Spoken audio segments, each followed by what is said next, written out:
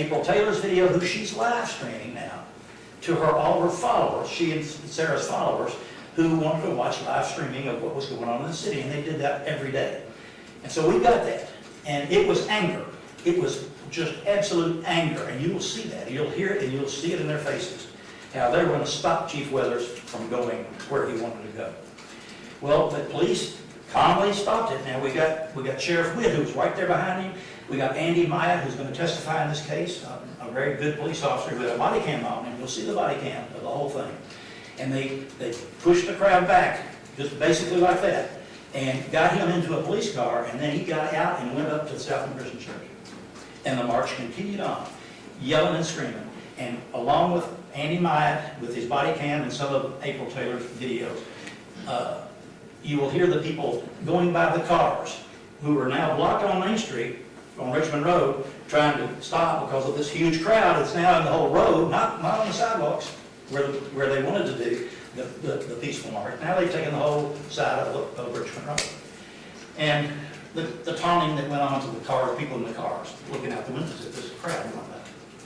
Well, the event did occur, and April Taylor did her best, and Sarah did her best. She was in there to stop the chief from being able to be heard, and the mayor from being able to be heard. We have Diane Minifield had a lady who is a professor of law at the University of Kentucky be the moderator of this, and there was a number of people on the dais or the platform to speak. And so when it came time for something if something happened that they didn't like, then April would start screaming at them and saying, "You can't do that, you're not from here." And they had a lady on TV who I think was maybe in Florida, but she was a prominent person in civil rights, who was invited to be on there because Diane Minifield knew her. And so she was up on the screen, and they would yell at her, "You're not from here, you don't know what you're talking about." And it was disruptive as all get out. But she's got a freedom of speech, and nobody did anything to her, and they continued to let them talk and get through it, and it was ugly. And then they bragged about how they shut it down, how the chief showed his ass, and he couldn't do anything in there, and couldn't get anything talked, and they wouldn't let the mayor talk. And they publicized this as being a wonderful thing that they did to acknowledge to all the people that followed them. And we'll prove that to you. Well, then we had a real escalation that occurred. Because in the afternoon, they decided to make another attempt to stop the police. And so they said, "Anybody wants to get over here, make sure if you're going to be arrested, then you get in this group."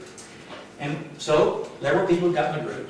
And then all of a sudden, the protest went on into the evening of the 13th, and there was a real skirmish back and forth with the crowd, with the police early on, maybe at 10 o'clock.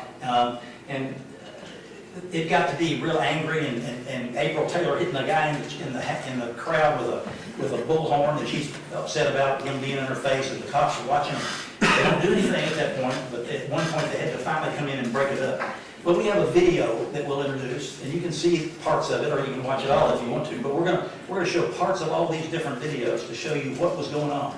I'm not hiding one single thing from these videos, not one. I'm not going to show you 5 or 10 hours of these videos, however, but we'll introduce some of the evidence. If you're back in the jury room and you want to sit there and look at them, okay. But we're going to the point of what this case is about. And here we go. On the 13th, at about 11 o'clock, late at night, the crowd gathered at the bicycle barriers around the police station. And we had videos of this from a camera up on top of the police station to show them where April Taylor's, if you are the police station there's a bicycle barrier around you. And April Taylor is on this end of it with a whole bunch of people, who are the crowd, the angry crowd, and there's a lot of screaming and hollering and so forth. And they lead down and cut the barriers, cut the ties, and then go in. Well, they go in and they lie down inside the perimeter of the thing. Now they're up against, right at the police door, all in front of the sidewalk. There's probably 50 people who don't go in, who lie down on the sidewalk on the other side of the barrier, because they didn't want to be arrested. But the ones who went in wanted to be arrested. They're part of that group that were told, we're going to escalate. If you're going to be arrested, you come on. Okay, so Sarah is down at the other end. She's down at this end with her bullhorn yelling, and got a massive crowd going on. And we've got video of her doing that. She denies being there. Said, I wasn't there. I'll prove that. I'll prove that to you.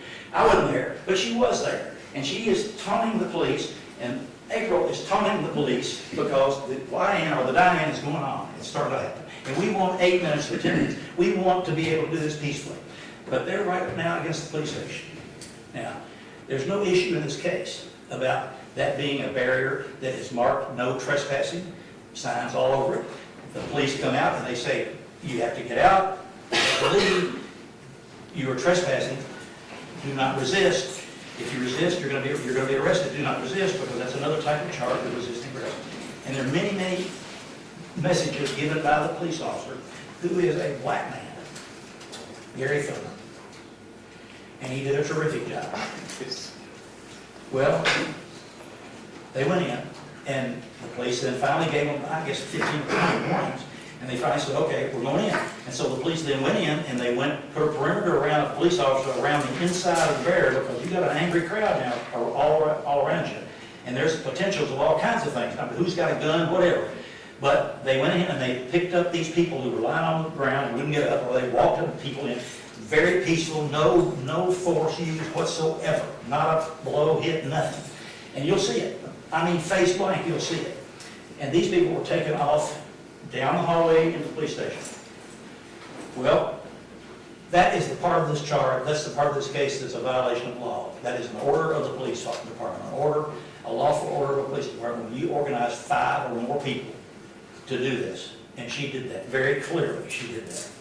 And that's what the issue is. Now, was there damage? No. Was there anybody beat up? No. Was there any rocks thrown with it? No. Did they get in the place? No. That's not the issue. If they had, there'd be other charges. This is a preventative way to charge a person because she attempted, or she did, create a riot, which is defined by law, and Judge Tackett will tell you what that law is, very clearly. So if walking in this courtroom, if you think, well, oh my gosh, this is a riot, people are going to be meleeed and whatever. No, that didn't happen, but that's only a part of what a riot could be. There are 3 different ways a riot can be constructed, and this was one of them. So thank God they were able to stop it. Now, at that point, nobody was arrested because there's a big crowd, and now they're really angry because the people they were supporting are now in jail. They're gone in the police station. And there's a lot of screaming. Well, eventually, the crowd dissipated, and April Taylor went up to Limestone Street and got arrested by 3 police officers before zoomed in on a bicycle and got them because they're not in a major crowd now, and it's easier to get them that way. And Sarah went over to right where we are, right outside this building, on Bar, on the other side of the street of the building, and the police officers on bicycles swooped in and they arrested her, and also Jesus Gonzalez, and that's when she got arrested. And you'll see the arrest. We've got it. We've got the police officers who did that.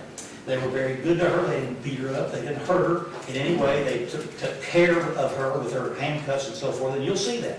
And you'll see the dialogue, how she's screaming. She's screaming out, you didn't give me my rights, and just on and on. And then she says, and I want you to listen to this, folks. She said, I didn't do this. That wasn't my call. April made that call. You got the wrong person. It's my identical sister who did that. She's the one who did this. I was at the courthouse. And you'll hear that. Well, that's not true. That's not true, folks. She did do it. Both of them did. And we're trying her on this.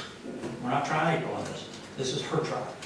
So they go to jail, and at the end, when they walk into jail, all the other 14 people who were arrested for trespassing, and 1 for resisting arrest, but it was nothing. They were inside, and you couldn't see them once they went in. And then they brought Sarah and April and Jesus in, and it's video. We got it there with body cams.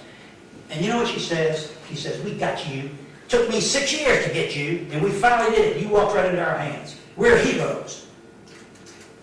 Well, they wanted to be arrested. And they got arrested.